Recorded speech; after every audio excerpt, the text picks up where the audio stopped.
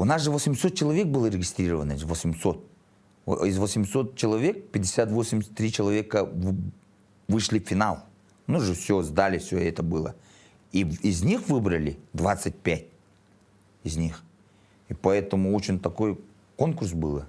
И они же смотрели, кто-то главный врач, например, есть у нас тоже. Где-то генеральный директор. Очень большие люди со мной учатся. Там Герой России есть у нас тут, да, Андрей. И поэтому...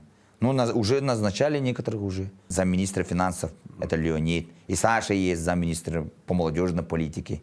Ну, уже направляет, ну так. Летом 2024 года у участников программы появились наставники из числа членов правительства, депутатов Государственного собрания, руководителей крупных организаций. Участники до последнего момента не знали, кого же назначат лично им. И вот в час Х объявляют, что у Михаила Ан наставником станет первый заместитель председателя правительства республики Дмитрий Садовников.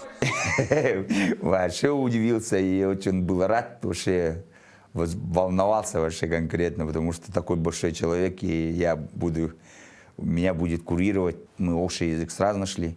Сразу сказал: Миша, давай, вот так. Что там, как он, как учеба там. Очень просто, он очень просто разговаривает, и тебе уже спокойно, вот так. По-отцовски. У него практически времени же нету, но все равно находит.